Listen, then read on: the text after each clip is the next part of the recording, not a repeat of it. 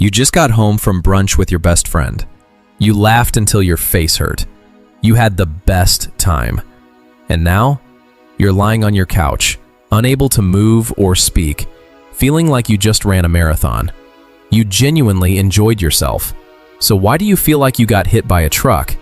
If this is you, what I'm about to tell you will change everything. Quick note, this is educational content, not therapy. If you're struggling with your mental health, please reach out to a professional. Text HOME to 741741 or call 988. Now, let's dive in. What you're experiencing is called hypervigilance-based social exhaustion. It's when your nervous system runs a 24/7 threat detection program during social interaction, even with people you trust and love. And here's what most psychology content won't tell you. This isn't about introversion. It's not just brain chemistry or dopamine levels. This is a survival pattern that usually started between age 5 and 10. And once you see when and why your brain learned this, everything clicks into place. Picture this. You're 6, maybe 7 years old, and you're learning something no child should ever have to learn, that other people's emotions are your responsibility. Maybe you had a parent whose mood determined whether the house felt safe or scary that day. You'd hear their car pull into the driveway, and before they even opened the door, you were already scanning, listening to the sound of their footsteps, the way the door closed, the tone of their hello. Your little brain was asking, is it safe today?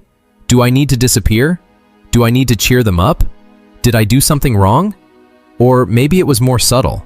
Maybe you were praised for being the easy child, the responsible one, the peacekeeper. You learned that your value, your worth, came from managing everyone else's comfort. Here's the neuroscience. Your amygdala, your brain's smoke alarm, marked these moments as danger. Not physical danger, but emotional survival danger. It created a rule. My safety depends on correctly reading and managing other people's emotional states.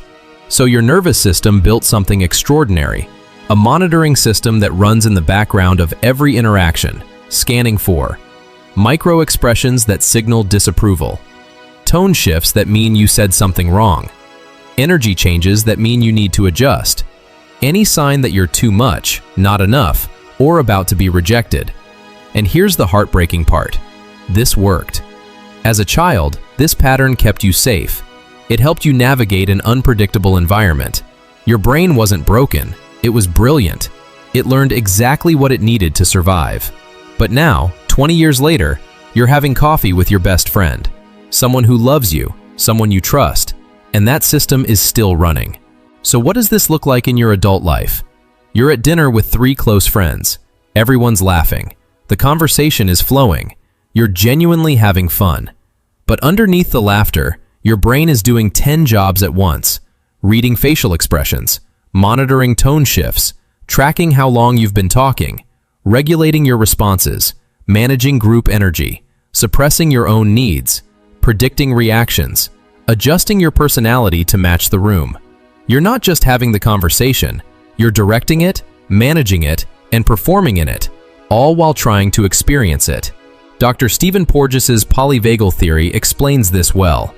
Your vagus nerve, the highway between brain and body, has a social engagement system.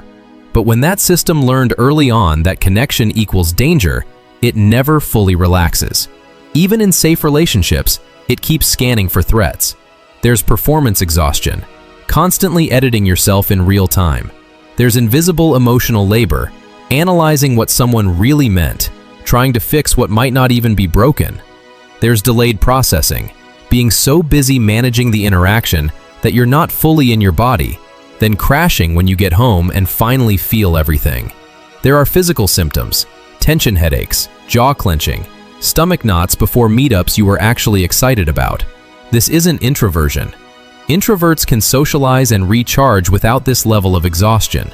This is hypervigilance, your childhood survival system still running a program you no longer need. You probably don't even realize you're doing it anymore. The scan you do when you walk into a room, the way you replay conversations for hours afterward, the guilt you feel for needing silence after social time, the plans you cancel because your social battery is at -10%. You can enjoy something and still be destroyed by it. The enjoyment was real, the connection was real, but the hypervigilance was also real. Both happened at the same time. Your friends aren't draining you because they're bad people. They're draining you because your nervous system doesn't know the difference between wanted connection and threat monitoring. So what do? First, stop pathologizing yourself. You're not broken. You're not too sensitive. You're not antisocial for needing recovery time. Your nervous system learned to work overtime to protect you. Second, start naming it in real time. When you feel exhaustion creeping in, acknowledge it. My hypervigilance is activated right now. I'm monitoring and managing, not just connecting. Awareness is the first step to change. Third, practice microdosing safety. Choose one safe person and say one slightly unfiltered thing.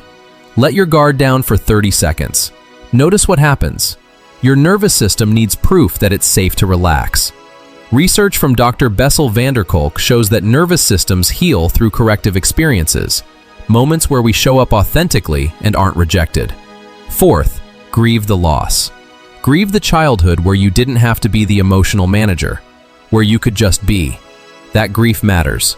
And finally, rewrite the permission slip. Your nervous system is still operating on an old rule. My safety depends on managing everyone else's emotions. Give it a new rule. My safety depends on honoring my own capacity. If this resonated, you're not alone.